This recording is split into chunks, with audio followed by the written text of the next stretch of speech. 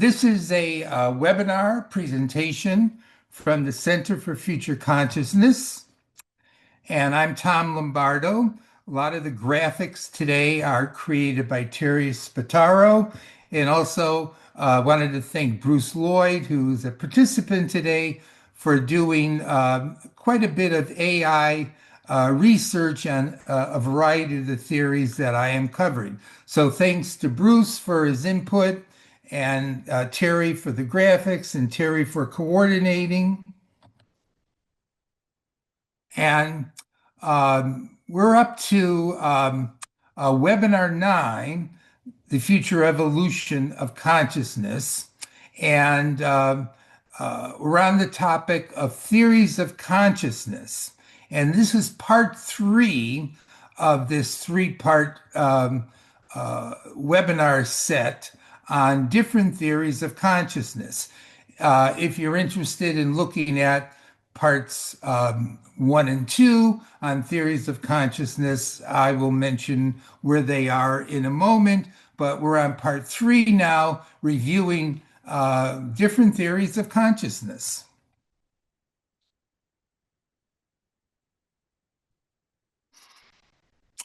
Now, this webinar series corresponds to a book that I'm simultaneously writing, and up there is the link to the chapters thus far that have been put up on my website, Center for Future Consciousness. The particular chapter that corresponds to the webinar series, Theories of Consciousness, that's up on the website as well, if you want to do the corresponding reading that goes along with the webinar presentation. If you are interested in viewing any of the previous webinars in this series, there are 8 of them up there, and here is the link. It's also in the outline. So this is going to be the 9th video being recorded on the Center for Future Consciousness YouTube channel, and Terry will have the video up of this webinar pretty quick. She usually gets them up within a week or so. So if you want to go back and relook at it or look at any of the other ones. Now, normally I begin with a little bit of a review of what I did last time, and I presented back in webinar 7 a list of the different theories of consciousness that I would be covering in the series. This first list, where the various theories are displayed in a kind of lime green, we've been through all of these. So these are the theories that I covered in webinars 7 and 8, from materialism and idealism and dualism to phenomenology and emergence and relational and act versus content theories, intentionality. So we've been through all of those. Now, today, my intention is to go through all of the ones I have up here on this second list, beginning with integrated information theory and eventually coming down to general artificial intelligence and cyborgs and virtual reality. So this is what we'll be covering today, as a continuation from what we did in webinars 7 and 8. And the place I'm going to pick up this review is with 2 extremely popular, contentious, very influential, significant theories of consciousness. They get debated and discussed as much as any theories of consciousness do on the contemporary scene. The first one of these 2 is integrated information theory. And I have up here books and images of the 2 central figures in the development of this particular theory of consciousness, Giulio Tononi and Christoph Koch. And Tononi's book Phi, which I have up there, is one of the more beautiful books with lots of really great art and aesthetically a very engaging book discussing his notion of phi and his concept of consciousness. And I highly recommend it if you like to read a fascinating book on consciousness. Conch's book, Consciousness Confessions of a Romantic Reductionist, is also a very good book, very readable, very interesting. And these two figures together are the ones who have popularized this idea. Robert Kuhn, finds integrated information theory a very fascinating and interesting theory. And in fact, Kuhn believes that this particular theory of consciousness is the theory right now that's getting the most attention in consciousness research and thinking. Now, I have up here that I could see elements of both materialism and dualism in integrated information theory. And I'll explain what I mean by that in a moment.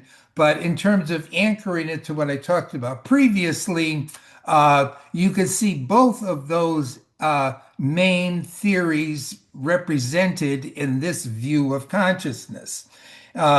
And it may be the most influential, talked about theory of consciousness right now. And Kuhn, in particular, finds this theory fascinating because, in his mind, it provides an answer to what consciousness is. Now, it's a hypothetical answer, but it's still an effort to make an answer.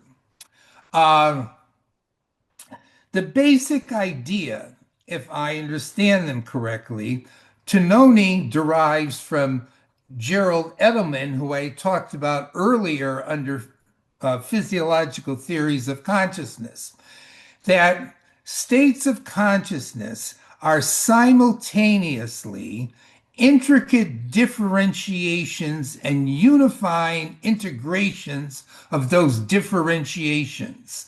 So states of consciousness are highly differentiated gestalts, where all of the elements within a state of consciousness are both separated and distinguished from each other, but related together. And his argument is that this twofold manifestation of integration and differentiation is a consequence of integrated information through causal interactivity in the brain system. And he believes that he can articulate a quantitative measure of the level of integrated information and differentiation within a system, and that based on that measurement, which he calls phi, you could predict whether or not that system is conscious.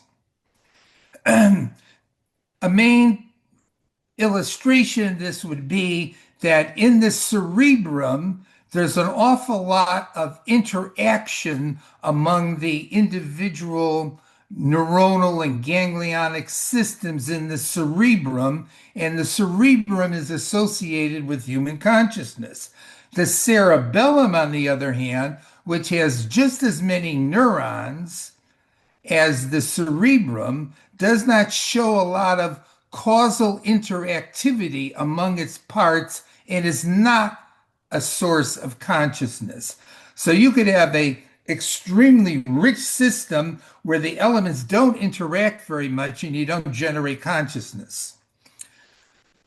Tononi and Koch, though, feel like even though they bring up this physiological hypothesis about the underpinnings of consciousness, they believe that they are starting from 5 essential features of consciousness that they believe they have derived from a phenomenological, if we remember the word phenomenological, inspection of consciousness. And these 5 features in their mind are that, first of all, consciousness is real. It's not some epiphenomena illusion. it has an intrinsic real reality. Consciousness has structure to it. Each state of consciousness is a unique reality. Each state of consciousness is an integrated reality, and each state of consciousness has a distinctive border to it. And in their mind, consciousness is identical with a physical system which possesses those necessary properties. Consciousness is distinctive, but at the same time, they sound as if they're advocating for some kind of identity theory, in that if a physical system has these properties, ipso facto, that makes it conscious. Phi is a measure of the level of consciousness of a system. And that's based on his Tononi's notion of how much causal interactivity there is among differentiated parts. So that's a very short version of this very elaborate theory. As I mentioned, Phi is a very engaging, interesting book to read, and you can get a much better idea of what Tononi and Koch are up to with this theory. But this theory, as I mentioned, has been very influential. It gets a lot of discussion, including that it's a pseudo theory, believe it or not, in consciousness research. Now, the second highly influential theory that I'm going to bring up here at this point is global workspace theory. Now, people will sometimes say that this is the main alternative to integrated information theory, that they have different ways of looking at consciousness, and global workspace theory is basically the creation of Bernard Beers, who is a psychologist. And it's been around and been developing through Beer's research and thinking for decades now. One of Beer's, or Barr's, I'm sorry, early books, In the Theater of Consciousness, is another book I would highly recommend as an engaging and interesting book on consciousness, which he wrote back in the late 1990s. And Barrs combines together in his theory of consciousness certain physiological hypotheses with certain hypotheses about the nature of consciousness. In his mind, consciousness is metaphorically like a theater. Something is being put on display, as in a theater. It is an attention selection of a limited number of meaningful items which are brought into consciousness from an extremely huge, diverse set of competing elements in the unconscious brain processes, brought into spotlight and allowing for control from a central directive agency.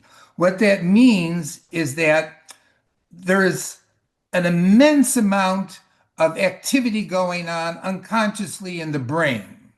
Out of that immense amount of activity, a certain selected set of elements are pulled into consciousness to allow for some kind of central directive functioning going on within that limited capacity, limited viewing theater.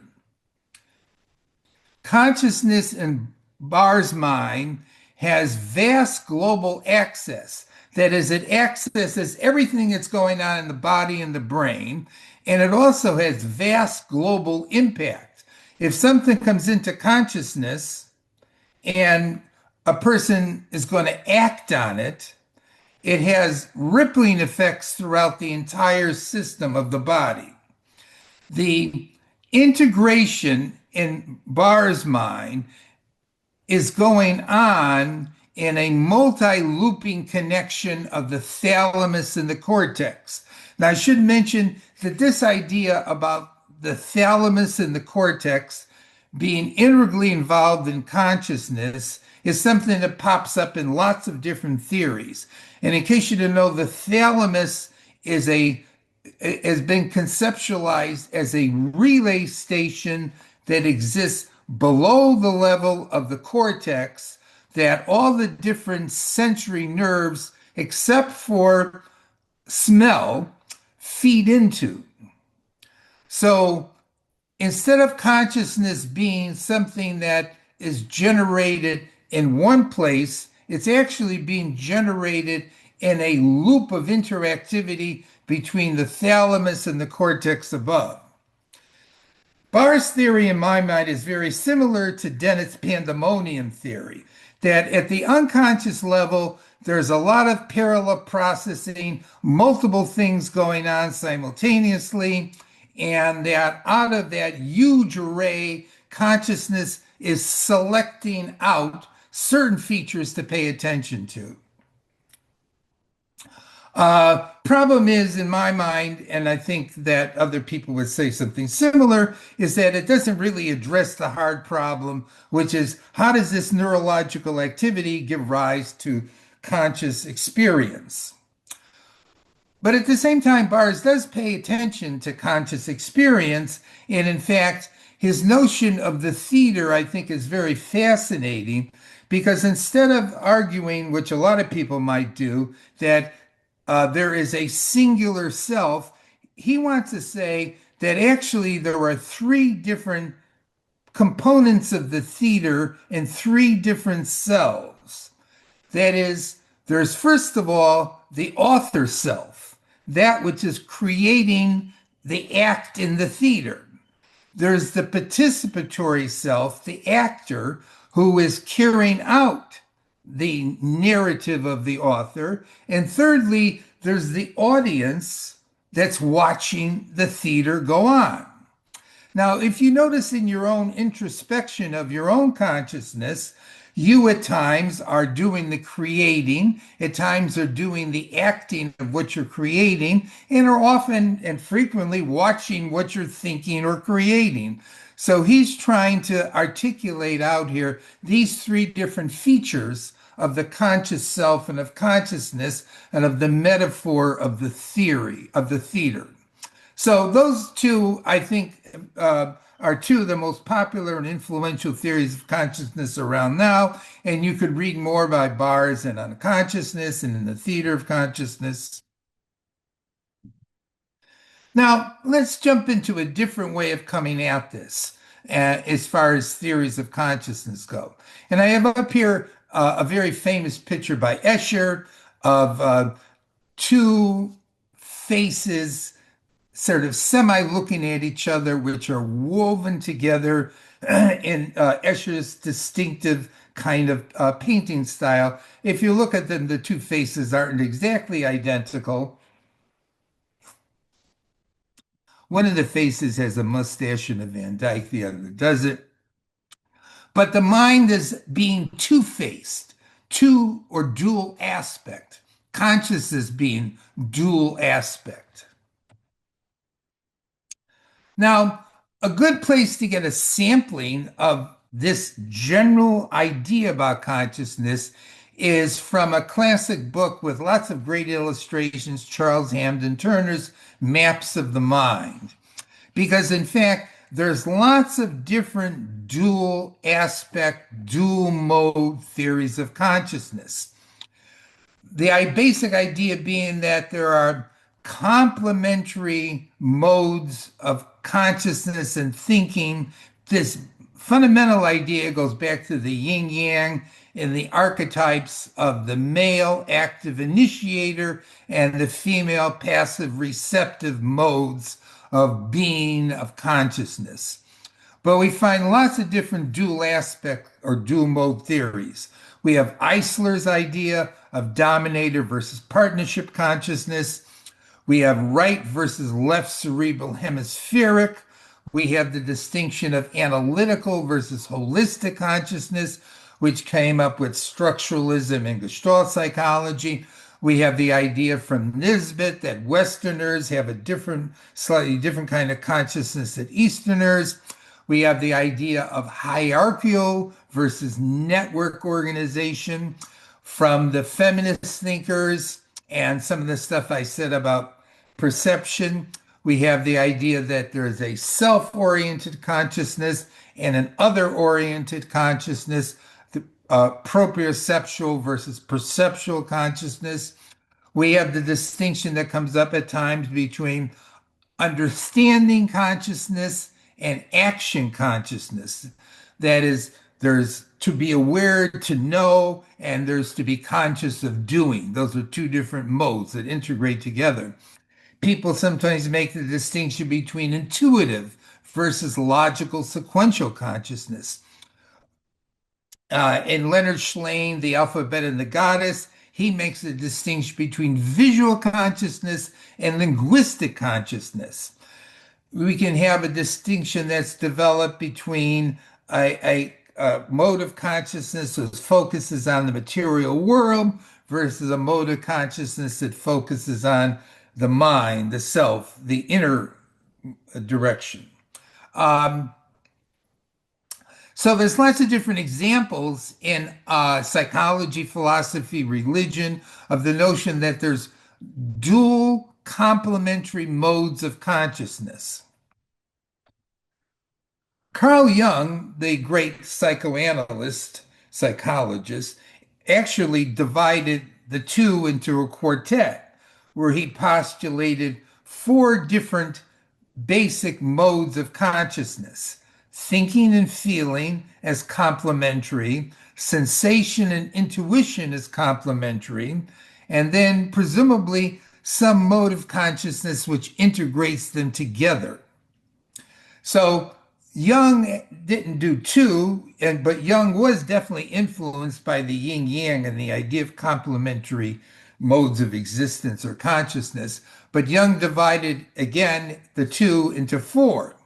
Ken Wilber ends up with a four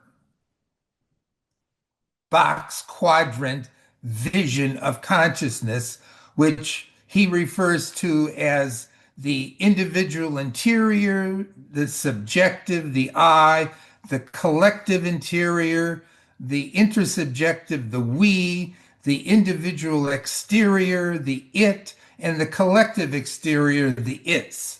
Now, basically, what he's trying to present here is that there's four different ways in which we can look at, be conscious of the world, whether we turn inward, whether we turn outward, whether we look at individuals or whether we look at collectives.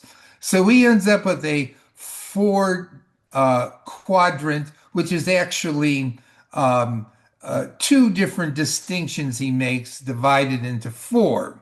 So we have this idea again of, instead of there being just simply two modes, there may be four different modes. A common argument made among all these different people is that we need to have balance among all the different complementary modes of consciousness in order to be in an ideal, fully functional state. Simply, like, for example, with Jung, if we tend to devote most of our consciousness to thinking and tend to ignore our feelings, another dimension of consciousness, we're psychologically lopsided. We're imbalanced. And the idea of balance goes way, way back in thinking as far as it being an ideal that we should shoot for. But this is another example of how a theory of consciousness, that there's complementary modes of consciousness, has implications toward the future, based on the idea, the argument having been presented over and over again, that humans tend to get lopsided in their modes of consciousness and go to one extreme and ignore the complementary or the balanced opposite of it. So we have all of these different ideas on dual modes of consciousness, and that consciousness has this duality in it. But we can even go further.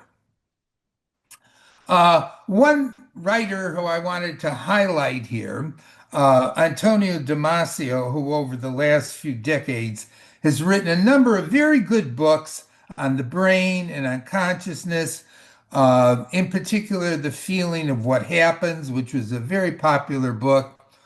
Um, Damasio seems to me to represent a important theme that has come up in the history of philosophy, the history of psychology. The theme is that on one hand, we have this romantic, affective, Dionysian side to us, the emotional side, and then we have the rational, Apollonian, cognitive side. And this basic distinction between emotional and affective versus cognitive intellectual is a distinction that runs through a lot of Western and even Eastern history. And Damasio's contribution into this topic uh, came about with his first book, which he elaborates on in later books, that Descartes got it all wrong when he identified thinking as being the core of the conscious self, when actually, in his mind, Damasio's mind, the core of the conscious self is feeling, the affective side. And so our first sense of I am is not a thought, but a feeling. To feel that I am before I think that I am. And that feeling is the underbelly of consciousness, not thinking. And so Damasio makes a distinction between our core fundamental self, conscious self, which is feeling myself, and the cognitive, intellectualized, narrative based autobiographical self, which builds on the feeling self. So before I think, who am I? What am I? What is this all about? The core level of consciousness is going to be this feeling I have of my own existence. That consciousness emerges out of feeling, it doesn't emerge out of thinking or out of cognition, it emerges out of affect. And so, even though we might make the distinction, Damasio's presented the argument, and I think it's an argument that's worth very much considering. Maybe we're over intellectualizing consciousness. Maybe consciousness starts off as a pain in the belly, a feeling of disequilibrium, an irritation of the skin, a sense of nausea in the body, hunger. The affective dimension is the foundation of consciousness. Now, another important contemporary writer, very influential in England, who has written some really massive, highly regarded books. This latest one, The Matter with Things, is actually 2 volumes. Ian McGilchrist, that I talked about before, McGilchrist really gets into the dual hemispheric view of consciousness, that the right brain and the left brain come at the world differently and embody different modes of consciousness. The right brain being holistic, contextual, empathic, and connected to the world. The left brain being the analytic, abstract, and manipulative dimension of consciousness.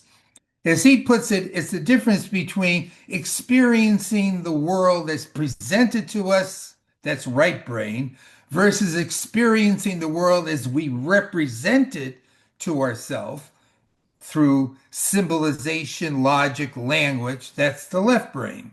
He calls these two modes of consciousness the emissary and the master. And actually, in his mind, the master is the right side, the emissary is the left side, the logical side. But he feels like Western culture has become too left brain, creating alienation. And our goal, again, we're here with the notion of balance as a goal for the future. Our goal should be to integrate these two different modes of consciousness into a singular consciousness. Now, the last writer up here I want to mention who is still plugging away. I don't know how old Noam Chomsky is. Jambor actually has had the pleasure opportunity of listening to Noam Chomsky, went to some presentations, a course with him. I've had the pleasure of listening to him in person too. And Noam Chomsky, I mentioned this earlier about Ryan Eisler, listening to Noam Chomsky in person, and this is like 40 years ago now that I did. He impressed me as one of the most intelligent, articulated, complex human minds I've ever encountered, ever had a chance to listen to. So it's always worthwhile to hear what he has to say. And Chomsky had became very well known for his innovative work early on in linguistics and psycholinguistics. And I'm going to bring him up now in dealing with this question of language and consciousness. The argument can be made that consciousness structured, empowered with language is a totally different kettle of fish than pre-language consciousness. That there's these two different modes of consciousness, pre-linguistic, which animals have, and humans, where it becomes linguistically articulated. The question has been asked, and Chomsky's got an answer to this.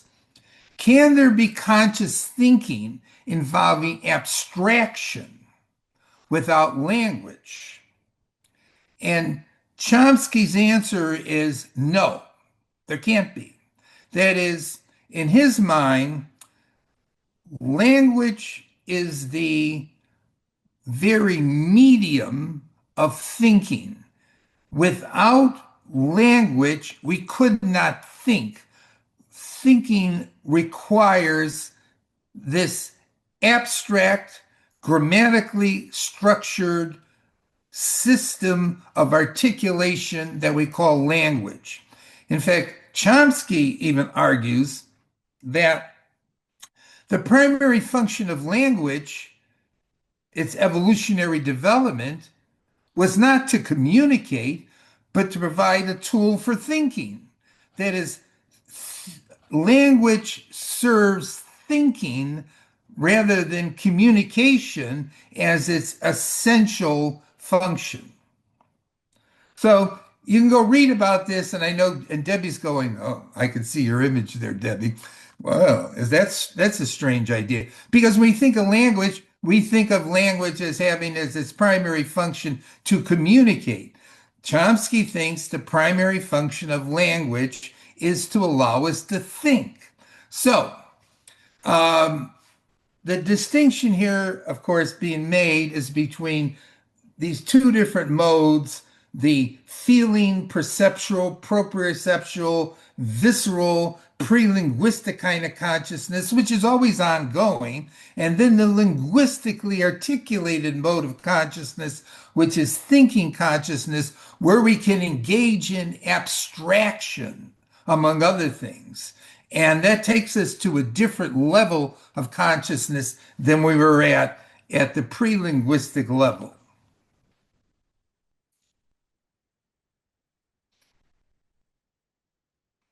Now, another way to come at consciousness is to think of consciousness as involving a set of levels, that consciousness develops through a series of progressively more advanced stages. So you could apply this to the evolution of life, that when consciousness begins in primordial, either multicellular or singular cellular animals, it is at a more primitive level. As we get to the evolution of humans, we see consciousness evolving across the history of humanity.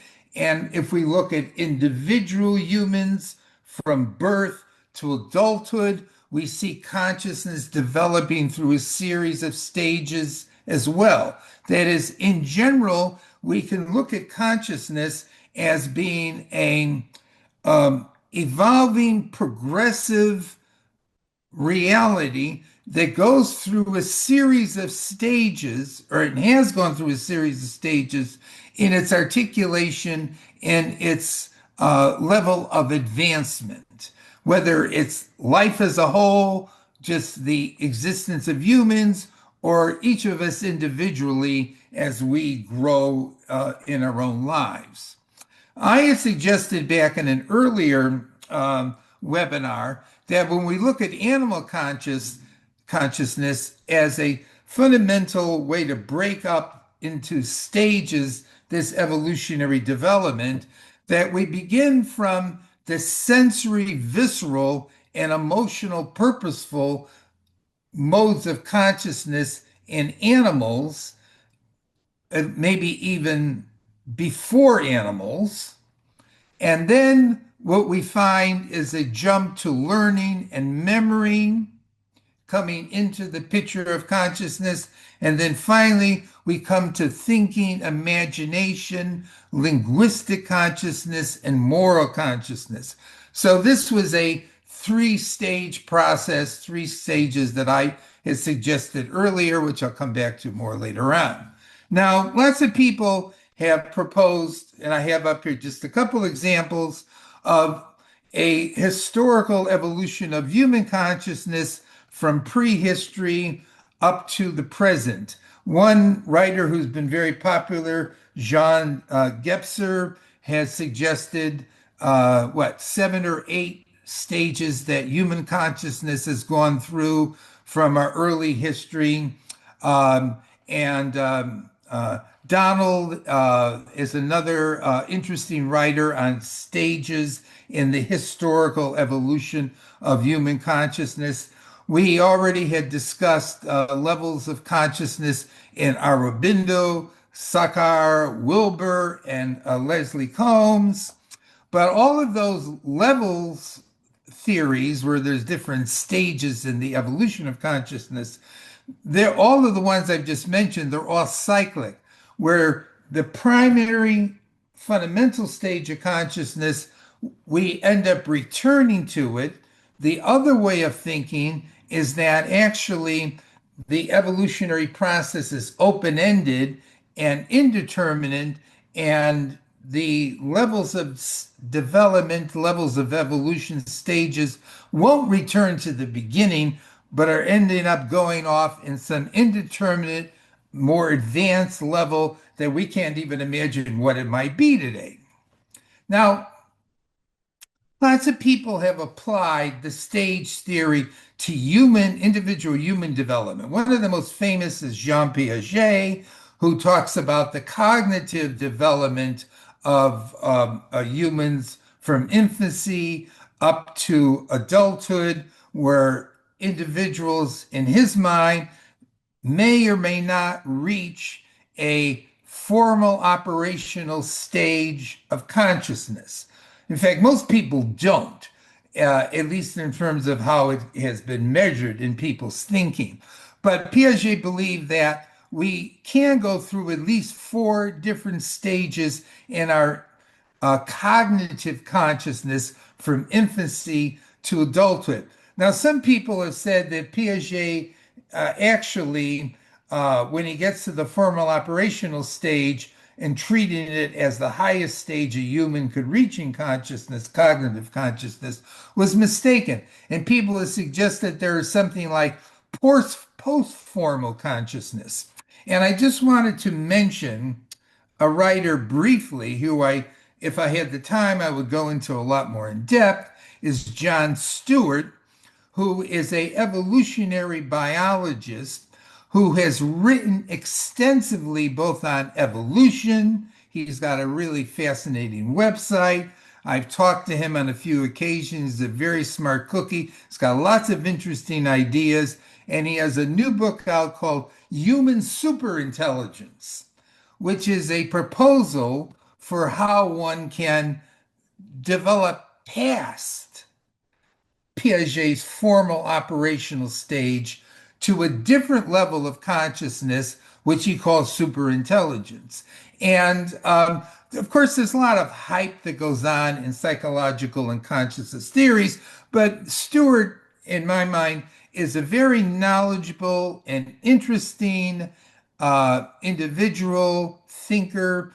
He's from Australia, probably doesn't get as much attention because he writes from Australia. He lives in Melbourne, but he's worth looking at to see how an intelligent, informed thinker on consciousness and on the evolution of consciousness would conceptualize a stage of consciousness beyond Piaget's presumed final stage of formal operational consciousness.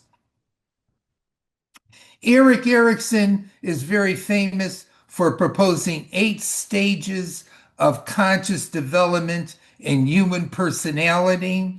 So Erikson presents a broader view than Piaget's developmental theory, because Erikson doesn't simply just talk about cognitive development or evolution. He talks about the whole gamut of personal consciousness, and he's been very influential. And another person worth mentioning is Lawrence Kohlberg, who talks about moral consciousness, very famous, well known, and how moral consciousness develops from infancy into adulthood, where at the beginning, moral consciousness basically is I'll try to do whatever I can, and if I don't get away with it and I get punished, that's why it's bad.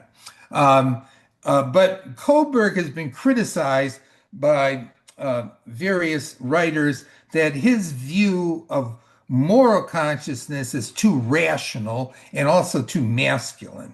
But those people have all delved into the development of consciousness in individual lifespans along many different dimensions.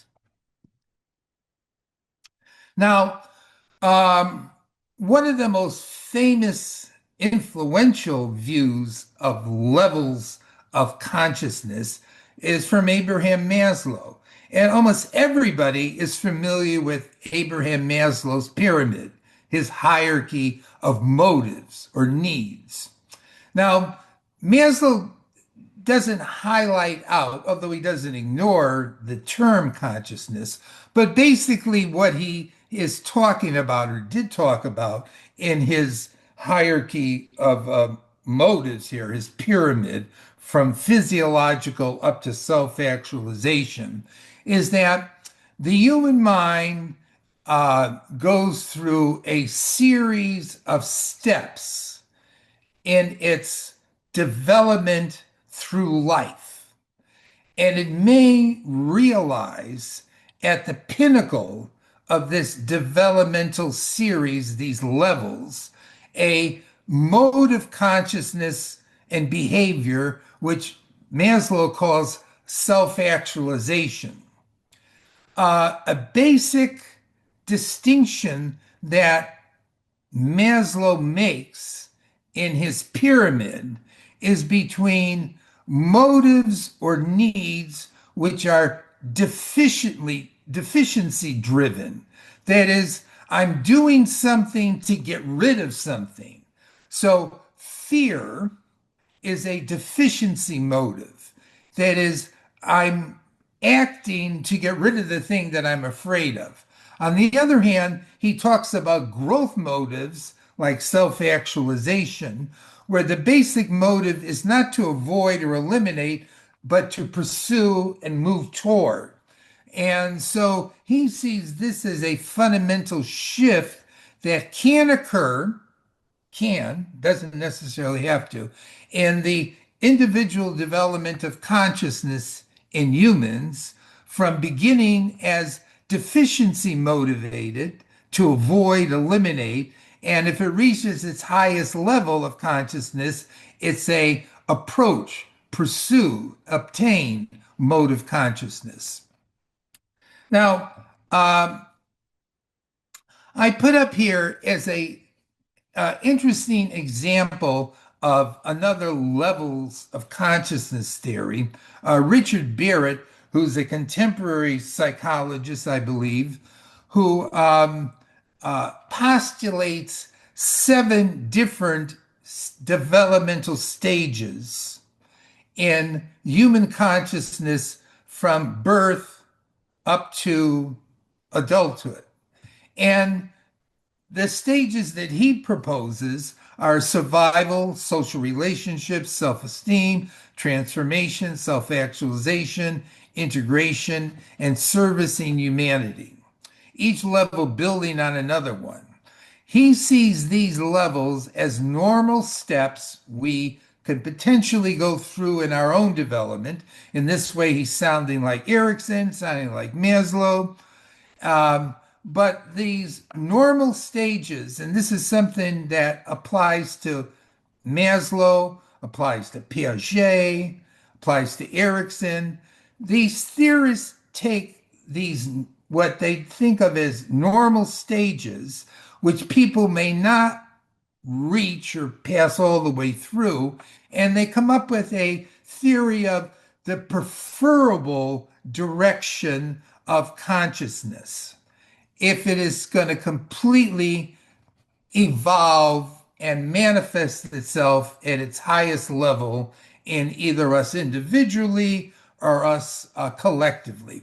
So Maslow's argument is that this pyramid applies to everybody. How high you climb on the pyramid depends on you individually. And to get to the highest level, self actualization, that would be the preferable level one should realize.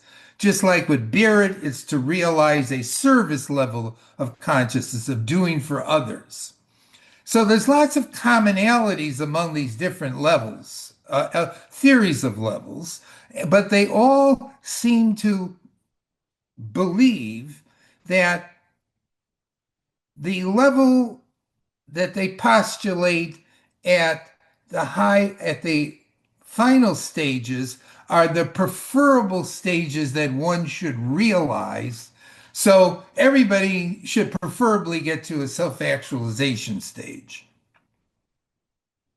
Now, another idea about levels, which is very significant and influential, and two people that are strongly associated with it, Sigmund Freud and Carl Jung, is the notion of the unconscious. How does the concept of the unconscious, the reality of the unconscious, connect with thinking on consciousness? And actually, in cognitive theories of the mind and of the brain, like in Minsky, Dennett, and Bars, who I've talked about, the notion of the unconscious comes up in those theories because those writers, those investigators believe that an awful lot of cognitive processing goes on unconsciously and long before we have conscious awareness of the environment, of thoughts. Even Chomsky thinks this too, that is an awful lot is going on unconsciously long before we get to consciousness. Freud and Jung believe that underneath our conscious level is this intricate, powerful psychology of the unconscious, which is having a tremendous influence on our conscious states. So, what I feel and think consciously is a reflection of what's deep down inside of me unconsciously. So, the id and the superego, for example, in Freud, influence the manifestations of consciousness, influence the conscious ego. And so, if we're going to understand consciousness, we have to look underneath it to the unconscious to see what's going on in the unconscious. And that second picture on the right there with the outer world, the inner world, is Jung's vision. The one on the left is Freud's vision. We have to look at the unconscious to see how the unconscious is actually influencing and structuring consciousness. So even though I might think that I'm the master of my own ship at the conscious level, my conscious level is actually being tremendously influenced by my unconscious. In fact, Chomsky, who's not psychoanalytic or anything like that, he believes that consciousness and unconsciousness are so deeply entangled that you'll never be able to understand one without the other. So even though we have all these different theories of consciousness, the only way we'll really illuminate the nature of consciousness is by looking into the unconscious as being a tremendous underbelly and foundation for what happens up at the conscious level.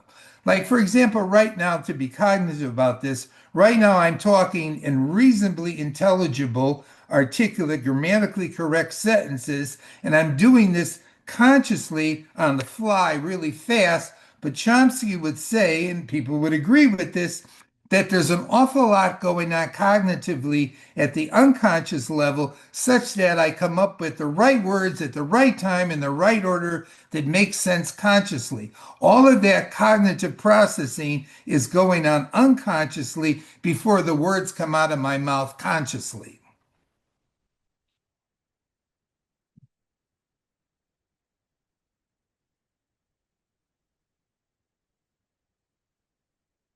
Okay, now we're going to go to um, what I'm going to call here the transparency theory, even though it's not one theory, but it's a idea, a theme.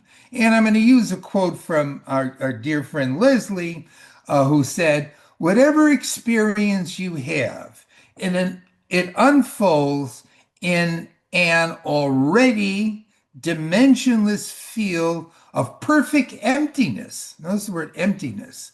That is the open, shining, there's another little metaphor in there, ground, another metaphor, that lurks behind, another metaphor, and permeates all of experience. It is consciousness. Okay, what does that mean?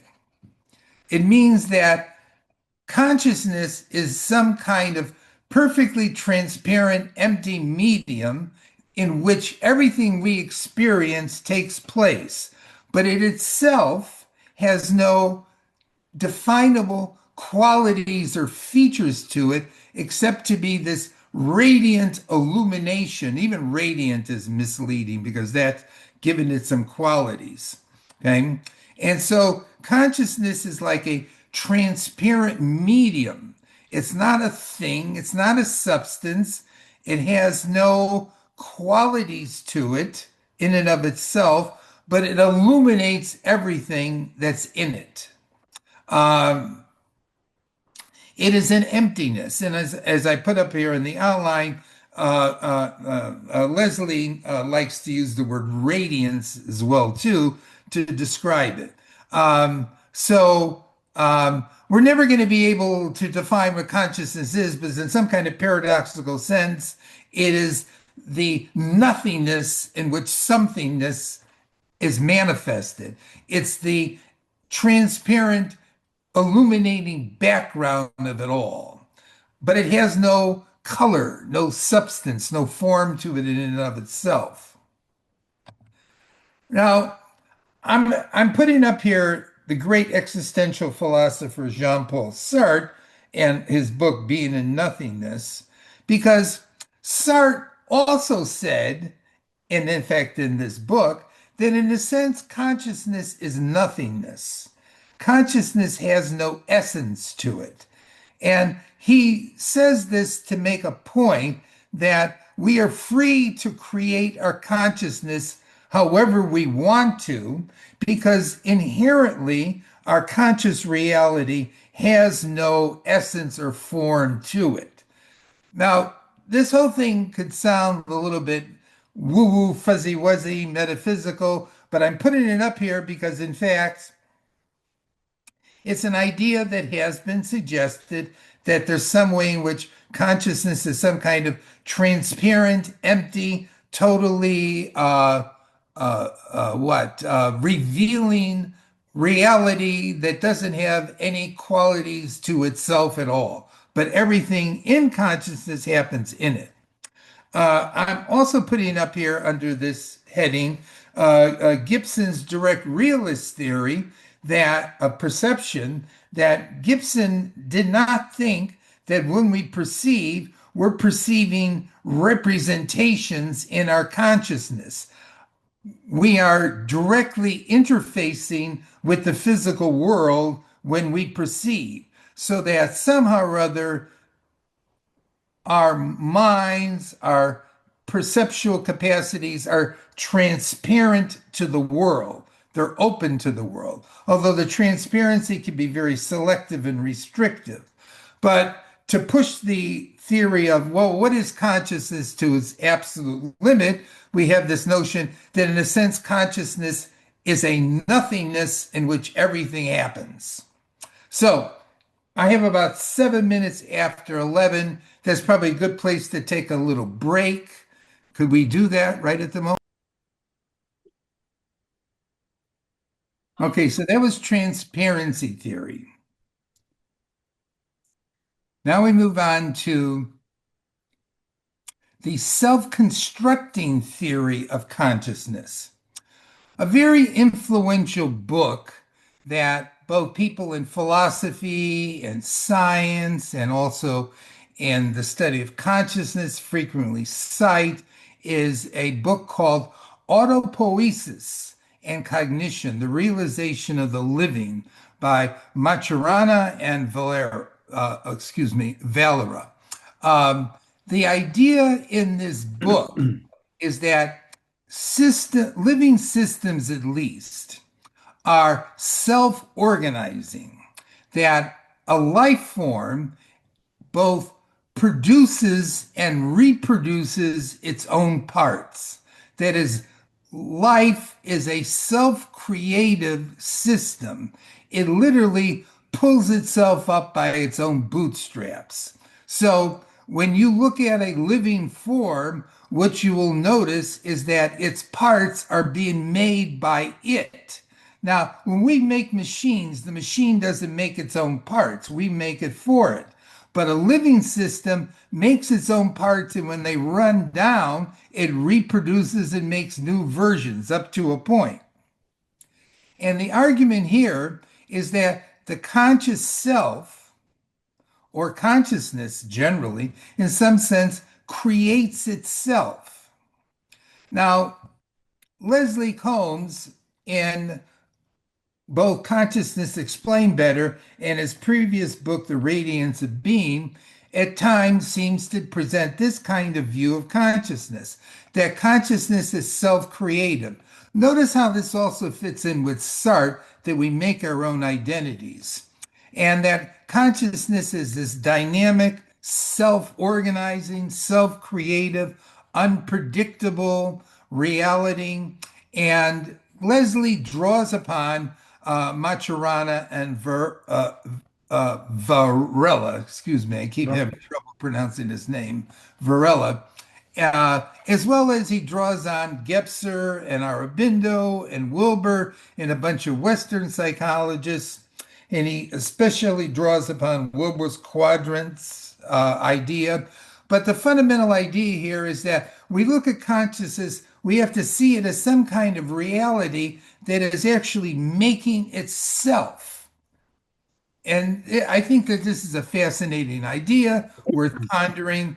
It's also in Jean-Paul Sartre that the existence of consciousness precedes its essence, that we create ourselves, we create our conscious reality. And finally, as another highly recommended thinker writer, one of the definitely more intelligent and interesting and engaging thinkers and writers in the futurist community and just in social theory, contemporary theory in general. Walter Truett Anderson wrote a book back in the late 1990s called Future of the Self, in which he tries to present the argument that the conscious self is not something which pre-exists in the mind, but is something that is created by our very consciousness, and that we can create multiple selves, and it's a transforming reality, and it's influenced by the culture and society we're in, and that the notion of a stable conscious self is misleading because we're the ones who are making who we are. I am what I make myself to be, literally. And so there's a bunch of different ideas from different people on how consciousness actually is some kind of self-creative process. And I'm going to come back to that theory too when I eventually get into my theory of consciousness as well. Now my friend Vahiv Madeh has proposed a theory of consciousness where the brain is a portal, a white hole for unified cosmic consciousness. Now, I must mention right at the beginning that Victor, up on his website, the Alternative Planetary Futures Institute, has a whole number of articles in which he articulates this view. And in the outline are five of his posts pertaining to this viewpoint. But Victor has put up some more since then. And his book I have up there, Planetary Foresight and Ethics, where Victor starts to develop his ideas based upon Indo-Iranian philosophy and Indo-Iranian history, and beginning from the notion that there is a cosmic unified consciousness. Remember that from Hinduism, and that each individual, each of us, is a reception channel for this cosmic unified consciousness. And we are literally an aperture, an opening through which our consciousness that we possess really is being drawn from this cosmic unified consciousness. Now, lots of different people have had variations on this idea.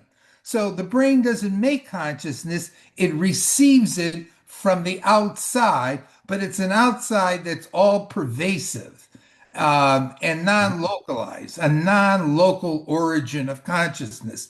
This connects with Hindu idealistic monism. Victor brings up as a significant inspiration for this idea the 16th or 17th century scholar Mullah Sadra, and Victor attempts to compare his ideas, Mullah Sadra's ideas, with Iranian philosophies of consciousness and Hindu philosophies of consciousness as differences and similarities there are between them. That consciousness comes in degrees, gradations, intensities, depending on the complexity of the receiver, of the brain. So the high level of consciousness that we have is because of the complexity of the brain as a receiver for our consciousness, which is really drawn from a non-local source. Now, I'm going to come back to this idea because even if this idea sounds sort of strange, like panpsychism might sound sort of strange, there's different people who have advocated for this, that the brain doesn't produce consciousness, it receives it.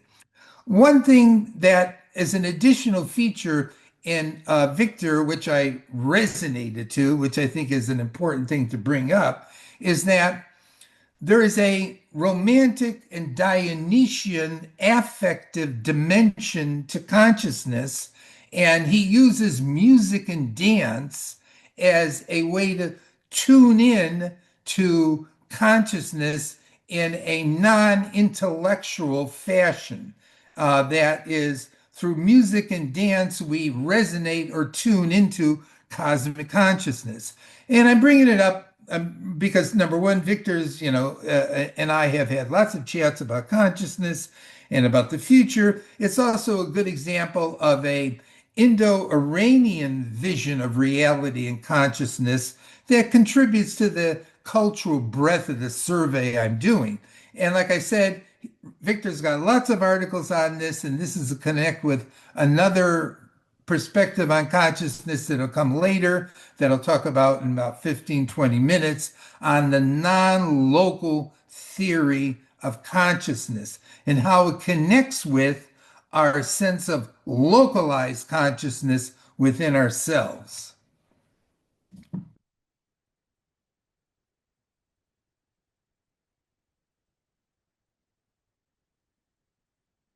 Now, a very significant and influential meta theory of consciousness, which evolved in psychology, which definitely needs to be thrown into the stew here, is the cognitive psychology perspective on consciousness.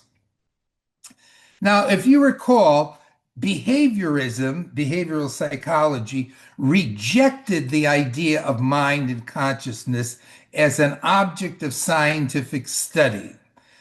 The behaviorists wanted to just observe and study overt behavior. And in their mind, um, consciousness or the mind was a meaningless idea, was not scientifically um, amendable to research or study. But back in the 1950s and 60s, in particular through some of the writings of Noam Chomsky, consciousness came back into the field of psychology, but it came back in along with the concept of the mind as a theoretical postulate, a hypothetical construct used to explain perception and behavior. That is, I could observe how another person is behaving, and I can postulate consciousness or the mind as a construct that I can't observe in the other person directly, but I use it to explain how and why they're behaving the way they are. So when if I say to you, you're talking that way because you really believe in what a white supremacy or something. I don't know. That popped into my head as we were watching something on that last night. Um, or you're saying this because of certain memories or feelings that you have inside. I'm postulating something in your consciousness that explains how and why you do what you say and you do. So even though consciousness has been treated in a lot of these views as a first person phenomena, consciousness is something that the I, experiences, has.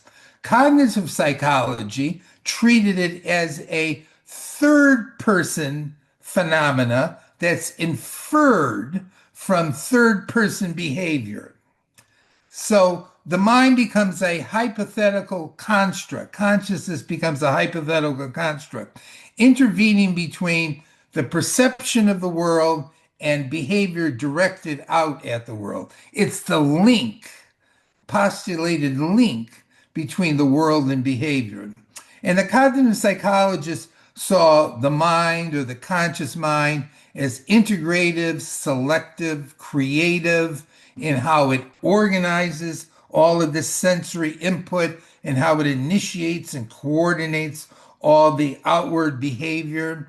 And as I mentioned, Chomsky had a great deal to do with developing this new perspective that on consciousness that at the same time, on the mind, at the same time was a critique of the limitations of behaviorism. Where behaviorism wanted to explain behavior in terms of the environment, the cognitive psychologists say, no, you have to include a conscious mind in the middle there in order to make sense of how people are behaving. And I have three famous books that were early articulations of cognitive psychology. Ulrich Neisser's first textbook. Howard Gardner's really great, The Mind's New Science. And Bernard Baer's The Cognitive Revolution in Psychology. The cognitive psychology tended, though, to focus, and still does as far as I know, on the cognitive processes of mind and consciousness, including perception, learning, memory, conceptual abstraction, thinking, and imagination. It minimized the affective dimension.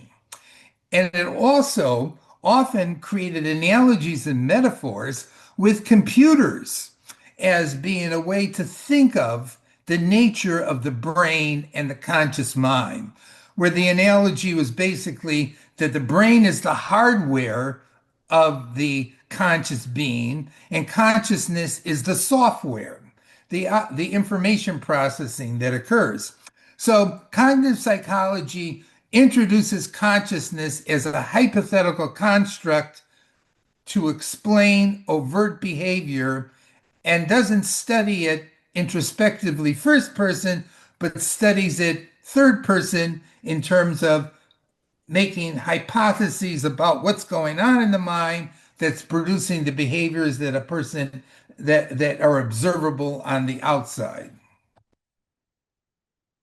Now, given cognitive psychology, we can delve right in now to computational and information theories of consciousness in the mind, of which there are many. Theories that are informed by the concepts of information, computers, robotics, and AI. And there's lots of different theories around. I thought a good place to begin is with one of its central spokespersons, Ray Kurzweil, say in his books, The Age of Spiritual Machines and The Singularity is Nearer. I should have put also up there, The Singularity is Near. Kurzweil advocates for what I would describe as informational formalism. And what that means is that consciousness and the conscious self is completely describable in terms of information and information processing. That is, consciousness is equivalent to some complex state of information. And that if one had a complete, detailed description of the information and the processing of that information within a normal biological body and mind, one would capture the essence of consciousness. Now, this idea gets played around with in science fiction, like in Charles Stross' Accelerando. And it gets played around in this sense. If I could capture all the information that constitutes my conscious mind in this biological body and then download it into another body, would it be the same consciousness? And what if I download it into 3 or 4 different bodies simultaneously, which is what happens in Accelerando? So we have 3 or 4 different distinct versions of the same conscious mind. So informational formalism leads to the notion that it's potentially possible to download consciousness. Now, I also have to introduce as a key figure here Turing and his notion of the Turing test, which is often used in thinking about consciousness from a computer computational point of view, in that if an AI does what consciousness does, a conscious being does, then is an AI conscious? So if I'm sitting, and there's a little image there of the Turing test, if I'm sitting on one side of a partition and typing things in on a computer, and on the other side, there's another computer, and there may or may not be a person there, and I'm getting responses back, if I can't tell whether what I'm communicating with on the other side is just a computer or a person, then I'm going to say, if they're doing exactly what a person would do, then of course they're thinking, and then maybe they're conscious.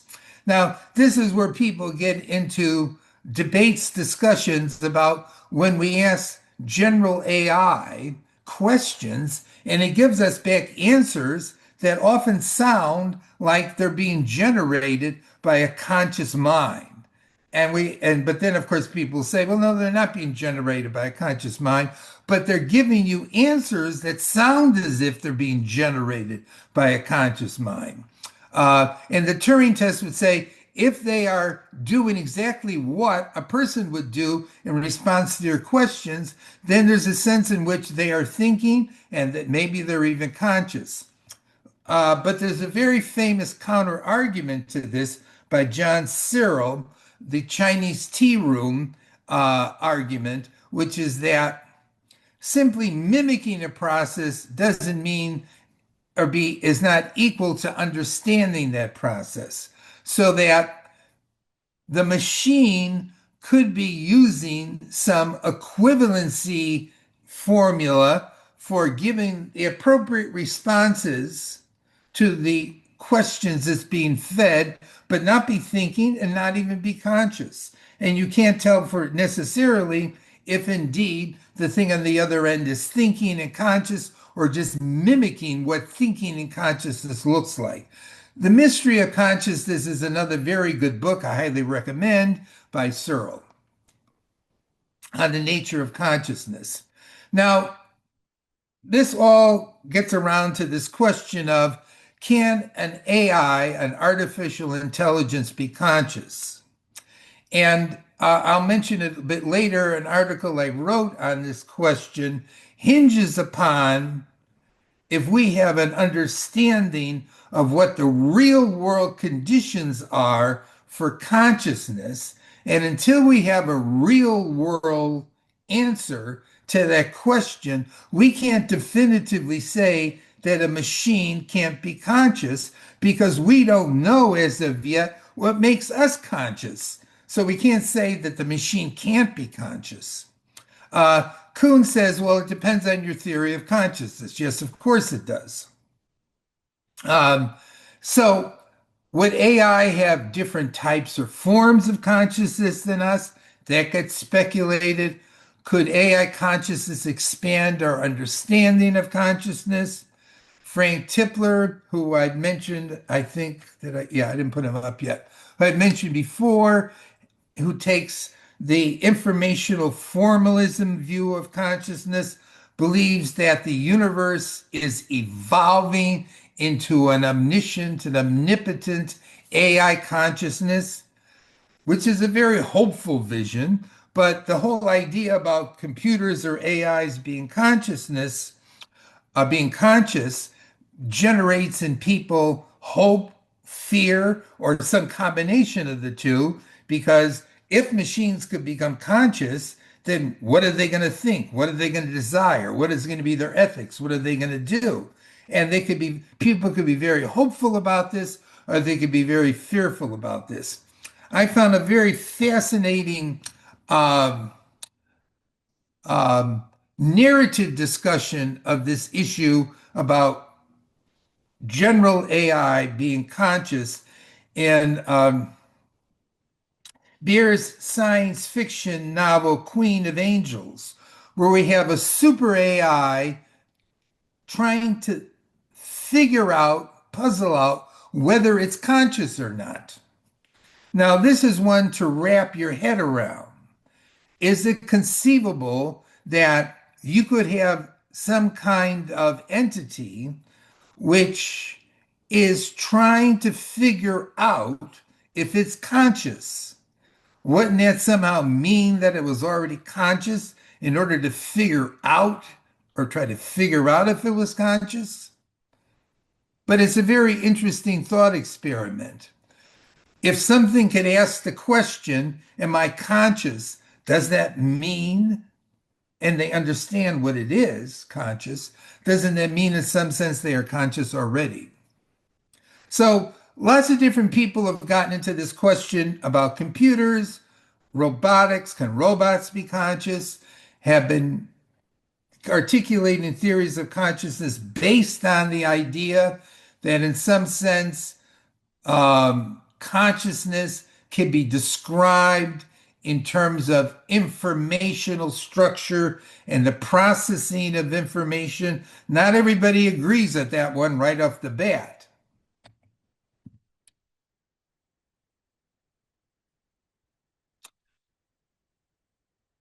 Now, let me go a little bit further with this. There is another idea that's gotten very popular recently that our consciousness and our consciousness of the world is a generated simulation, that we are existing in a virtual reality that's being produced by something or somebody else. And it's impossible to figure out whether this is true or not, that we exist in a simulation. And two very good science fiction books on this topic are both by Greg Egan, Diaspora and Permutation City. And in fact, in Permutation City, there are artificially generated conscious beings who exist in virtual reality, who are told by the creator of the virtual reality that they are only virtual reality beings, and those virtual reality beings won't believe them. So it's a fascinating thought experiment. If you were in a simulated reality right now, could you determine if indeed it was a simulated reality? And in what sense would it be distinguishable from the reality you're already in? Reality that you believe you're in, excuse me. Another idea that comes up in discussions of computational consciousness, artificial intelligence consciousness, is back to this notion of downloading consciousness into a computer or a robot, downloading my consciousness or your consciousness into one. And if you could do that, this would vastly extend your lifespan.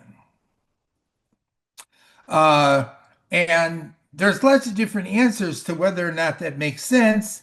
And in fact, that's part of the one of the themes in Charles Strauss' Accelerando.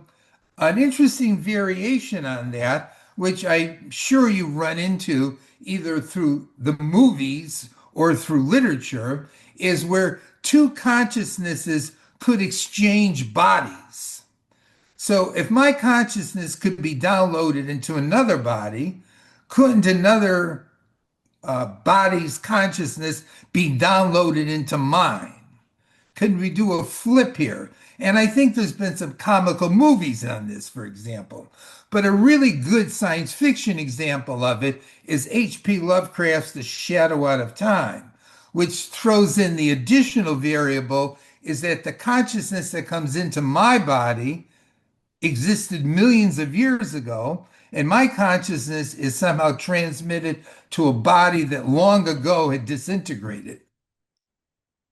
So is somehow consciousness independent of the body I'm in?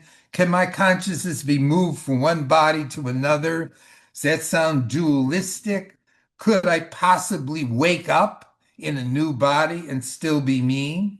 That comes out of thinking about information computational theories. Now, another variation on this, and I put up another couple of science fiction novels on it, cyborg consciousness. Can we have higher forms of consciousness if we can integrate our biological bodies with machines? So instead of just simply talking about a machine having consciousness, what about a machine coupled together with a biological entity having some more advanced kind of consciousness than a body alone or a machine alone? Two good novels on this are Harrison's Light and Lecky's Ancillary Justice. And in those cases, the conscious human is integrated with a spaceship. So the conscious human feels as if they are a spaceship. Now, that, of course, obviously is a science fiction theme. It might sound a little crazy. All of a sudden, I feel myself as a spaceship. I'm literally the consciousness of the spaceship. But I think a very interesting book to read on cyborgs is Andy Clark's Natural Born Cyborgs, which I'm totally supportive in resonance with, that humans are already cyborgs. They are already functional integrations of the technological and the biological. And when we talk about, becoming cyborgs, that's misleading because in lots of ways we already are cyborgs.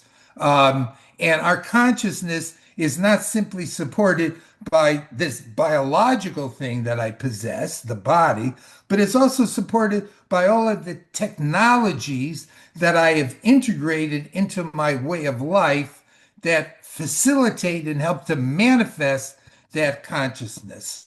And so this science fiction scare or apprehension about merging with machines. Well, we've been doing it already for a couple million years, and it's just getting more and more elaborate. And if you're thinking that we weren't doing it before, you're mistaken. We definitely were already.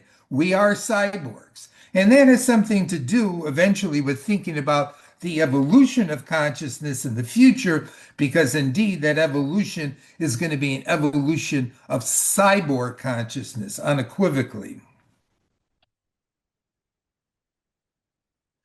Now, a slight variation on the information theories or mathematical theories of consciousness. Um, the Greek philosopher Pythagoras believed that all of reality was mathematical. Plato was inspired by that and thought ultimate reality was integrated abstract forms. And in order to understand reality, you had to master geometry. That in some sense, mathematics was at the foundation of reality, and therefore would that apply to consciousness, since consciousness is part of reality. And you may be familiar with Pythagoras and Plato. The person who you may not be familiar with, Gustav Fechner, who was a 19th century scientist, believed that one could come up with a mathematical formulation that united together physical reality and consciousness. And he called that study of that relationship psychophysics. And Fechner is one of the originators of the whole discipline of psychophysics. When you go in to have a hearing test, your hearing test is an evolution off of Fechner's original investigations into the relationships between physical stimuli and conscious sensations. And he thought you could mathematically formulate those relationships of consciousness and physical properties. So the idea that mathematics could be applied to the study of consciousness goes back at least to the 19th century with Gustav Fechner. And this is like 1860, 1870, the elements of psychophysics. So it's been around 150 years or more. We got modern expressions of it, like Max Tegmark. The modern theory is that mathematics is the logic of reality. It's the underlying fundamental structure of everything. And consciousness must have a mathematical structure or form. There's some hypothetical mathematical explanation for consciousness, and there's probably some mathematical relationship between consciousness and physical reality. Now, Tegmark thinks that consciousness is an emergent, remember emergence, phenomena. So materiality, physicality comes first, and that it arises from complex informational processing. So this is a computational theory.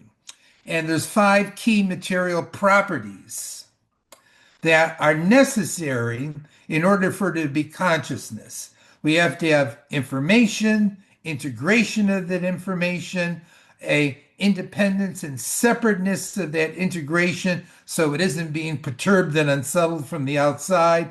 There has to be a dynamism to the integration. It has to be changing, and that integration has to have utility and interacting with the environment.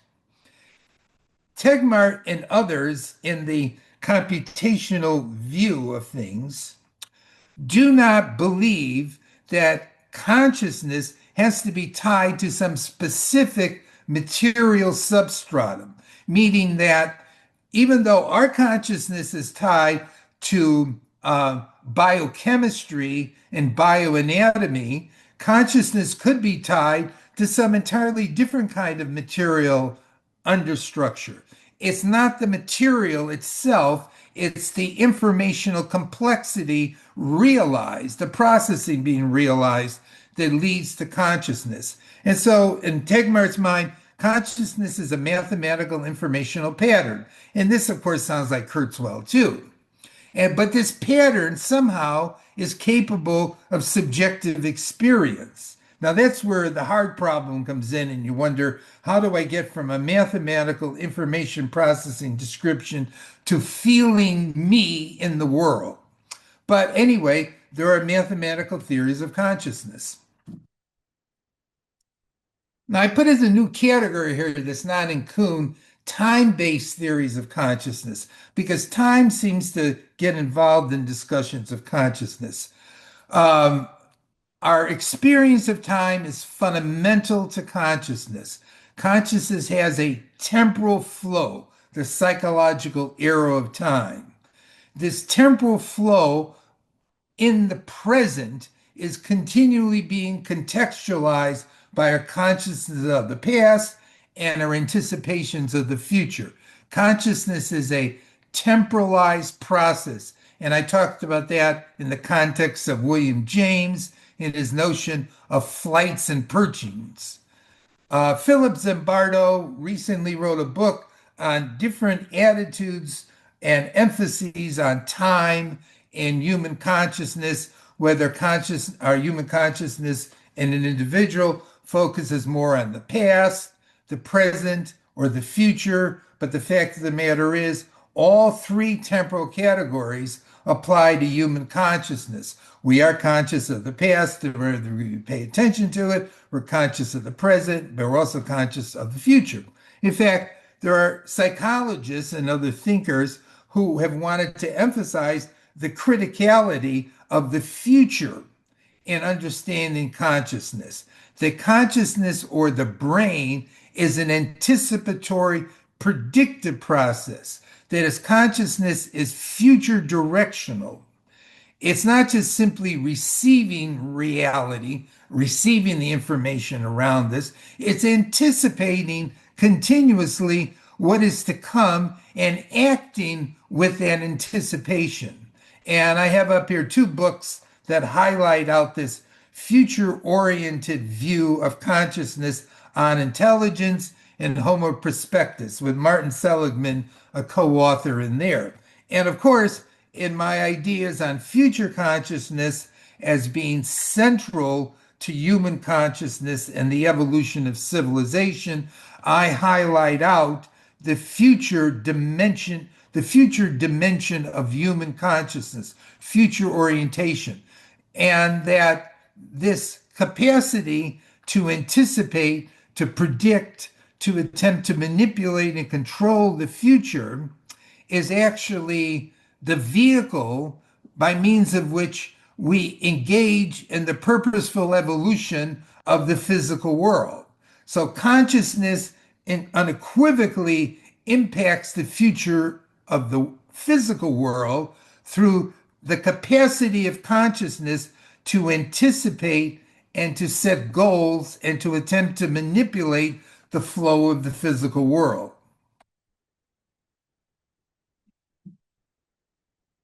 Now, there we have a picture of Dr. Manhattan, if you didn't recognize him from Watchmen. A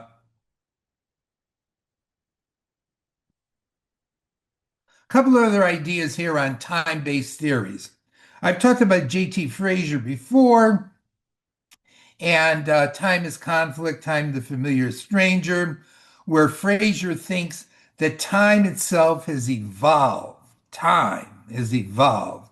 So has temporal consciousness evolved through the history of the cosmos. That time was not something there at the beginning, but emerged in stages.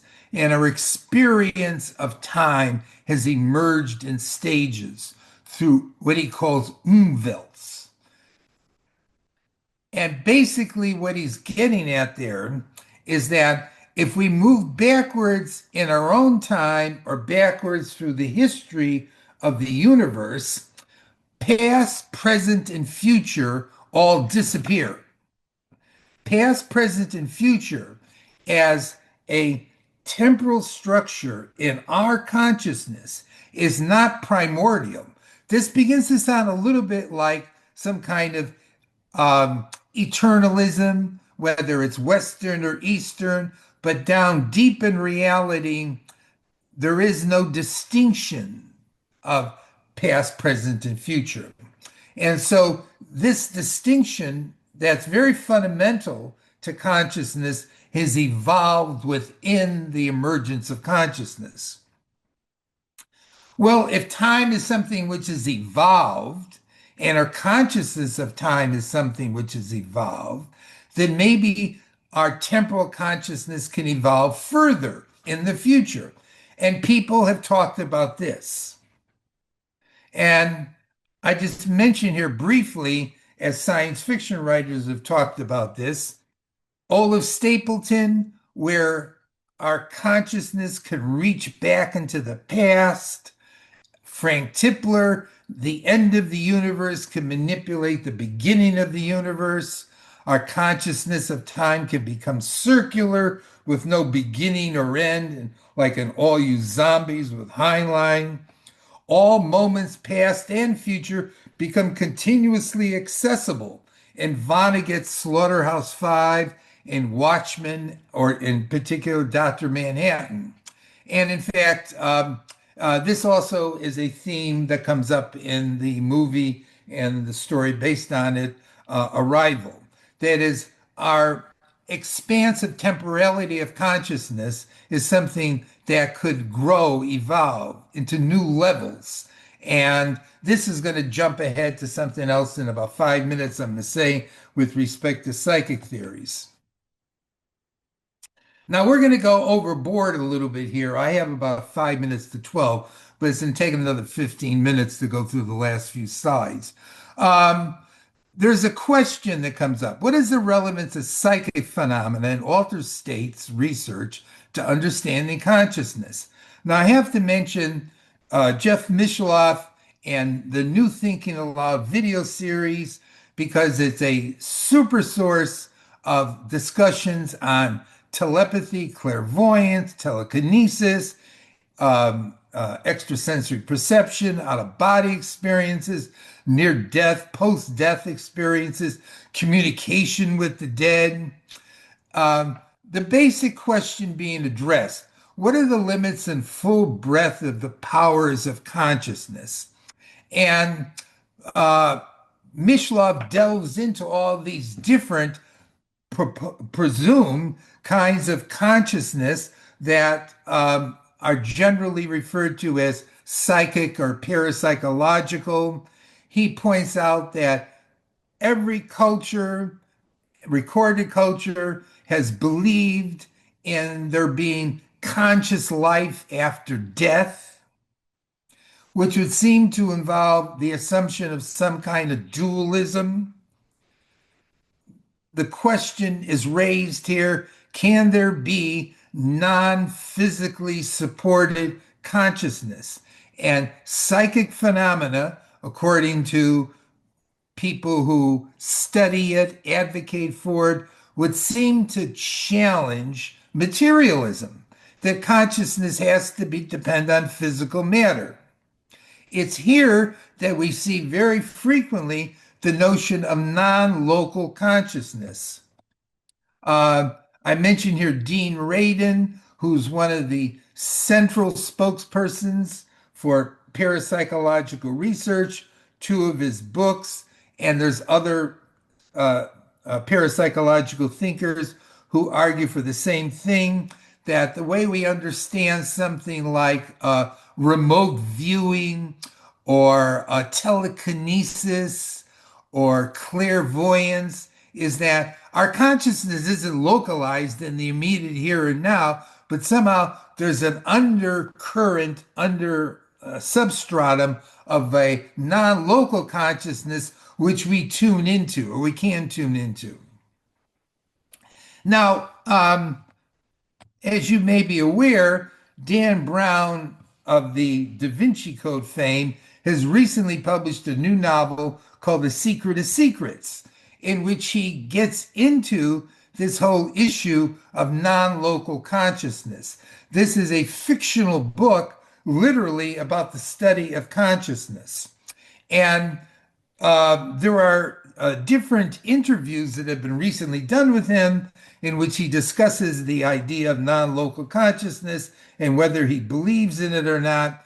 But his argument, and the argument that comes from a lot of the parapsychologists, is that there are certain demonstrable anomalies that we observe in at least some of the time that pertain to either telepathy, clairvoyance, whatever. And even though the physical science can explain the bulk of reality, it can't explain those things. So there's something here missing that needs to somehow be incorporated into our thinking on consciousness and reality, because there's certain things that just don't fit into the materialistic standard scientific point of view.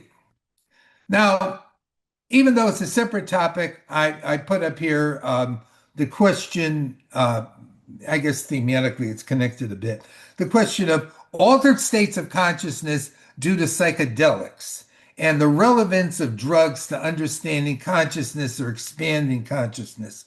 But drugs to me seem to be just evidence for a materialistic theory of consciousness, in that if you change the chemistry in your mind, excuse me, chemistry in your brain, your consciousness may notably change. And we all know that. I mean, everything from caffeine to cigarettes to alcohol and pot and whatever else, what other chemicals which humans have been ingesting since the beginning of recorded history. Um, the psychic view and even the altered states view with chemicals has relevance to the future of consciousness, because advocates of parapsychology, psychic views, think that these are capacities that the human mind might possess that could evolve much further in the future. And there's numerous examples in science fiction from Stapleton, Van Vogt, and Kuttner, where people, the writers, talk about the future evolution of psychic abilities, psychic consciousness. Now, again, I apologize. I'm going to go over about 15 minutes, but stay with me. Another way to come at the whole issue of consciousness is to say consciousness isn't so much a mystery. What's a mystery is matter. And two advocates of this point of view, Chomsky and Herbert Feigl, who was a philosopher I knew back from the University of Minnesota, a really a great intellect like Chomsky, both have argued that the reason why we have a puzzle with respect to how consciousness arises in the physical world is because we don't understand what it is to be physical. We have a heart, we think we understand it, but we don't. And Galen Strawson, who I've mentioned before, I have a reference to a New York Times article where he says the same thing, that the argument that the physical brain can't produce consciousness is based on the mistaken belief that we understand physical matter, and we don't. And Herbert Feigl made a big deal out of this back 40 years ago, 50 years ago. And Chomsky has presented the same argument more recently. I have up a couple links there to interviews with him, that the puzzle is really about matter, not so much about consciousness. By the way, another great intro book. It's a bit dated in some respects, but gives you a great history of things, is Herbert Feigl's The Mental and the Physical. That was, in fact, one of the first books I ever read on the mind-body problem. Really excellent overview. And I have up here a link to a recorded interview with Feigl on free will and determinism, that's not exactly directly, but sort of half directly on the issue of consciousness, which was recorded because Feigl's been dead for like, what, 40 years now, maybe? But he was one of my teachers in Minnesota, one of the original members of the Vienna Circle, and a really great mind, great thinker on various issues pertaining to the human mind, science, and reality. Now we can even push it a little bit further here, and this is worth bringing up. I have a quote. Now, my own suspicion is that the universe is not only queerer than we suppose, but queerer than we can suppose. That is, reality is so strange and the human mind is so meager in its conceptual intellectual capacities that it is understanding it is beyond us. And the person who became famous for this idea applied to consciousness was the philosopher, contemporary philosopher Colin McGinn. And McGinn actually, a label was given to his position, which he did not give that label, but the label has been given to his position, and the label is mysterianism. And here's a quote from McGinn. The bond between the mind and the brain is a deep mystery. Moreover, it is an ultimate mystery, a mystery that human intelligence will never unravel. Now, what if understanding consciousness and its relationship to the physical world exceeds the capacities, current capacities of human intelligence and human conceptualization? That in order to understand consciousness, we have to jump to a different level of mentality to make sense of it. And even if someone were to tell us what the answer was, we wouldn't even understand why it was the answer. As you remember from Life, the Universe, and Everything, when Deep Thought said the answer to life, the universe, and everything is 42, no one understood what the hell that meant. And so perhaps there's something fundamentally deficient in our ability to think and understand, such that we'll never understand consciousness at this level. Harris has something like that view, that we have no credible explanation of how consciousness emerges. It's incommensurable with the physical world. It's unsolvable. We have no external evidence for consciousness. We can't make heads or tails of why the hell it's there. We have Nagel, Thomas Nagel, A Mind and Cosmos, another great book on consciousness, who believes that both materialism and dualism are both flawed, and we need some other alternative, but we don't have it. And it somehow has to bring together both a third person materialistic perspective with a first person subjective perspective. It's got to include both. And we don't have that. That our alternatives don't work. So maybe it's a mystery. Now, quickly, I just want to mention that we can look at science fiction as a way to think about consciousness. For example, speculating on the possibilities of alien consciousness. How would that illuminate our understanding of consciousness? Perhaps our vision of consciousness is human-centric, obviously, and to encounter alien consciousness would open up our eyes. And I have up here a sampling of a bunch of different really excellent books on different kinds of alien consciousnesses, from a planet being conscious to a pack of animals being conscious, to bacteria and viruses being conscious, to a consciousness based on symbiotic relationships and beings that have multiple flows of consciousness occurring simultaneously within their minds in Embassy Town. Another angle you can take from science fiction on consciousness is the future of consciousness. And this is an image from the book cover. I really like this image from the book cover of H.G. Wells' Men Like Gods, one of the book covers.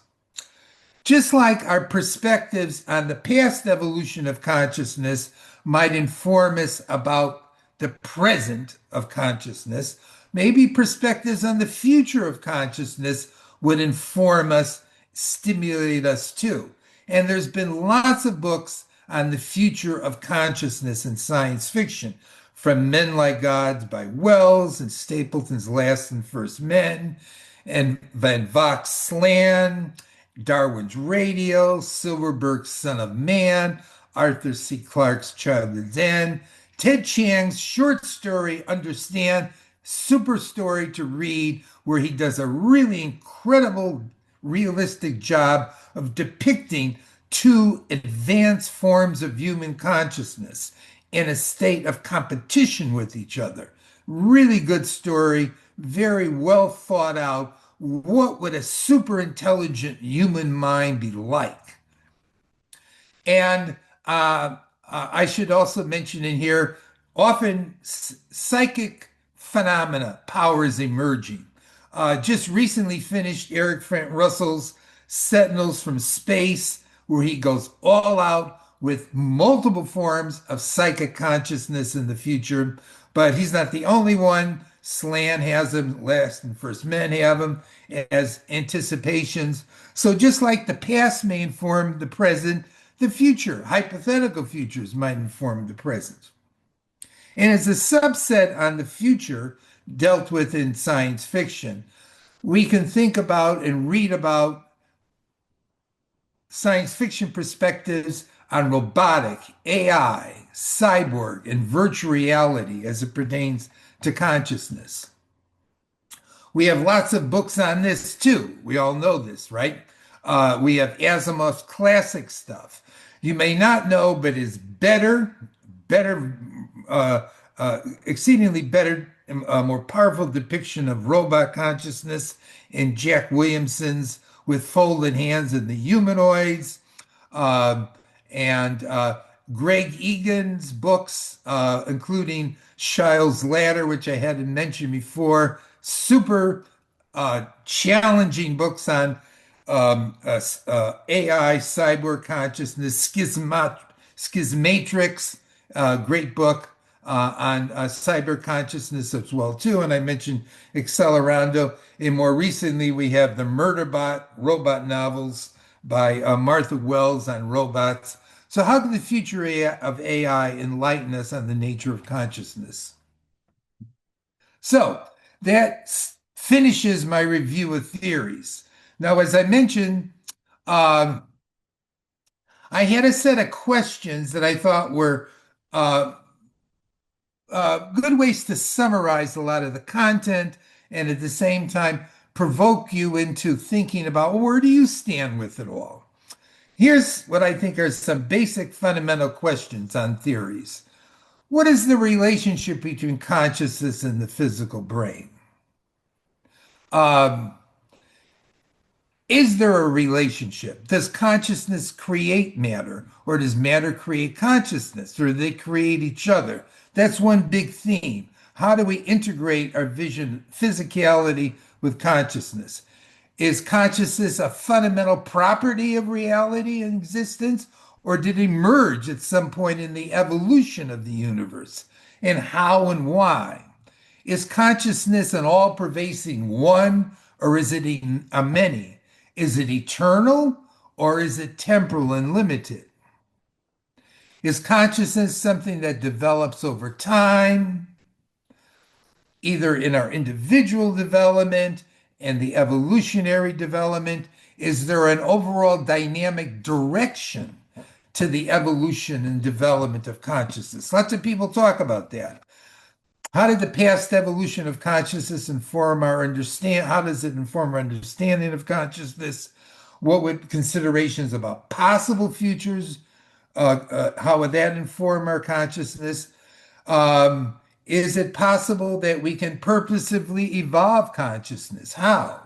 And would that include instrumentality, machines, cyborgs, etc.?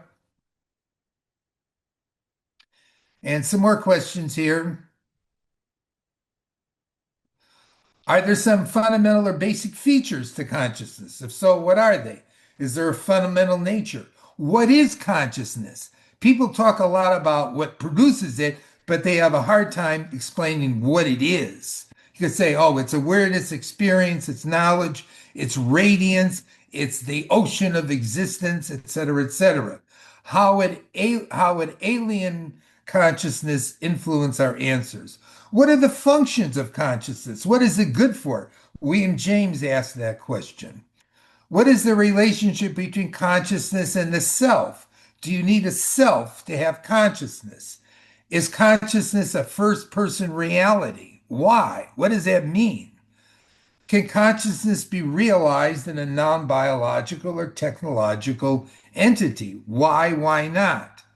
Can there be a science of consciousness? Kuhn doesn't think so, I do, but Immanuel Kant didn't think so either. Can consciousness be objectively described, understood, interpreted? Can consciousness be scientifically explained? Is it a mystery? If it is, why? Are there distinctive differences in our cultural and gender perspectives on consciousness? And obviously, human perspectives on it. So, could we have an intercultural transgender understanding of consciousness? Now, there may be some other fundamental questions you could ask, but a lot of the debates that have gone on and continue to go on regarding consciousness have to do with one or more of these issues, these questions I just put up here. So, as I mentioned, the next webinar is going to be on me attempting to present, not attempting, I will present, an ecological evolutionary theory of consciousness. Because when I wrote the chapter 3 or 4 months ago, the first time, it was before I rewrote the chapter on theories of consciousness. I decided that in the last month, I had to rewrite this chapter too. So it might be a little while before we go to the next webinar, actually probably be in 2 parts also, where I'll present my thoughts on the nature of consciousness. And again, it is very valuable to take a look at what different people have thought, the different ideas they've had, because it all kind of feeds into stimulating your own mind about what do you think about consciousness? How does it make sense to you? And next time, and it'll probably be around a month, I will present my views, perspective on consciousness, which is undoubtedly itself in an evolutionary state and will just be one stop along the road on continuing to work on this problem. So I'll send out announcements when that next webinar will be. And on that note, we will close out for today.